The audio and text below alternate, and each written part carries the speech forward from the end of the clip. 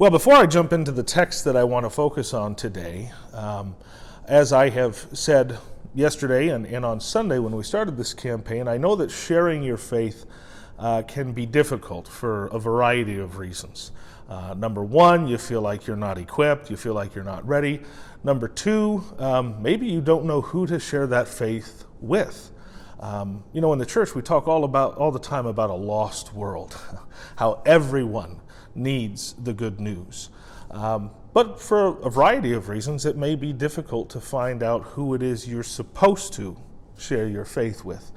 And although I think Jesus saying, go into all nations, says share it with anybody and everybody and let God handle the rest, from the very beginning, God has been quite specific about one group of people we absolutely should share our faith with. A group of people God expects us to share our faith with.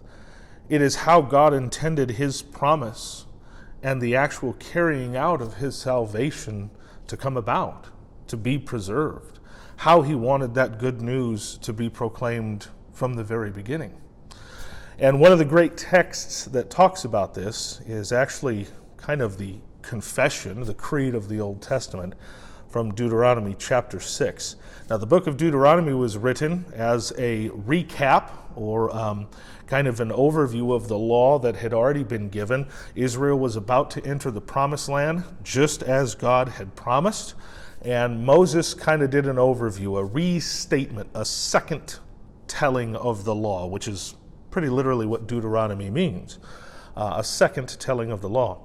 And it's within this passage that we have the great Shema of Deuteronomy chapter 6.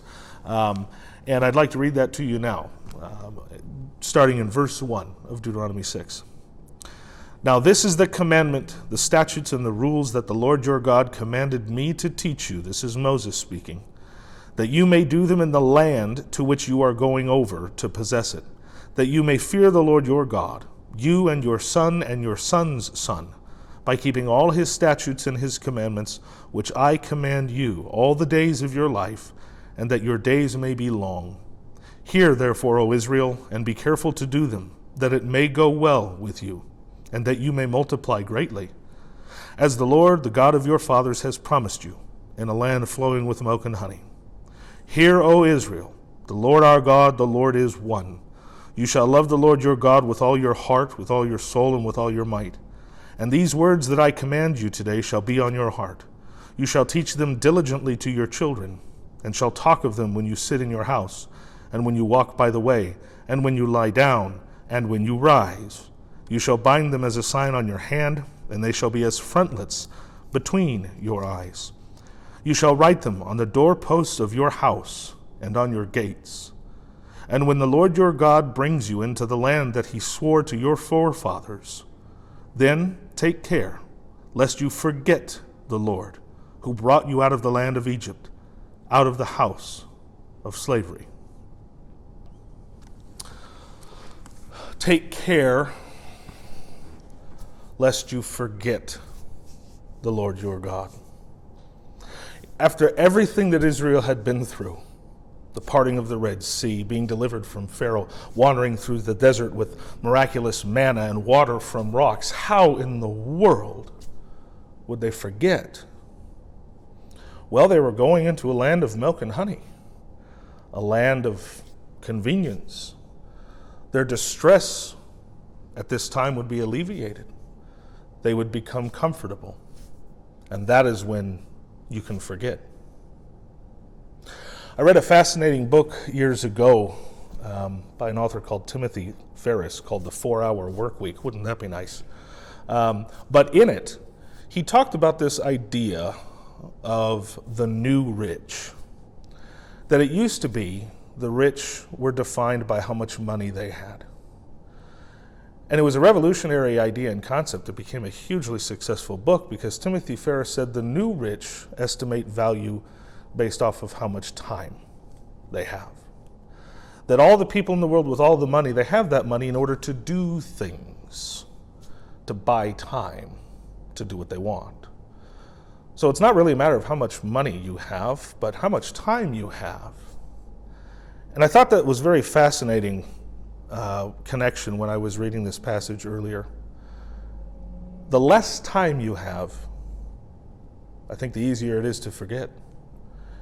And when you look at everything going on in our lives, everything going on in your lives, especially if you have children, and the school and the sports and the activities and all the things related with your job and then all the things you want to do, if you look at all the hours in the week and we were to look at how much time is invested in sharing the love of Jesus with your own family, how much value would you say you put on this truth that we confess saves our soul?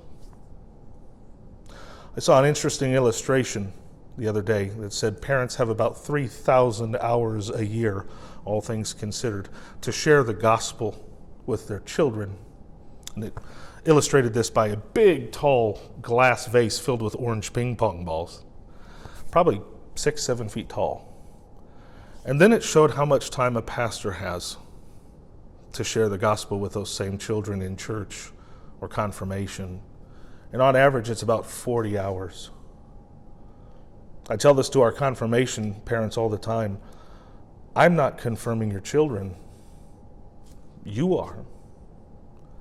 When it comes to sharing the love of Jesus, God's intention from the very beginning was that that good news would be passed down from generation to generation. And as he says in the text, so that it may go well with you in the land that I'm promising.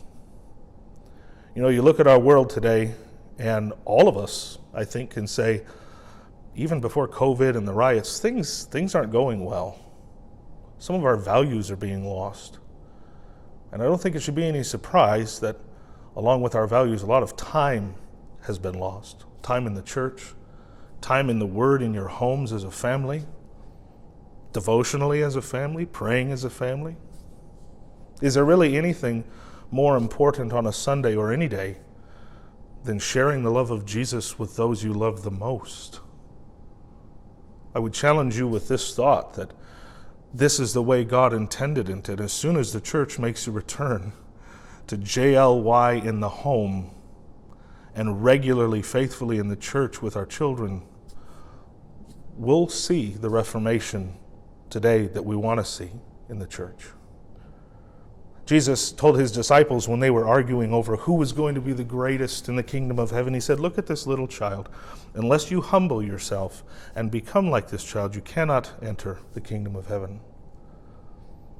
We need to be able to talk to our children about our faith, their faith, if we ever hope to successfully talk to anyone about their faith. It's only the faith of a child that can understand it.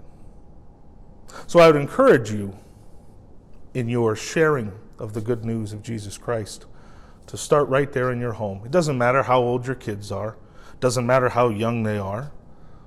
Just sit them down today. Tell them, Jesus loves you. It's that simple. Call your parents up, your grandchildren, your aunt, your uncle. It's a phone call. It's a text message. Share the good news and tell those you love that Jesus loves them.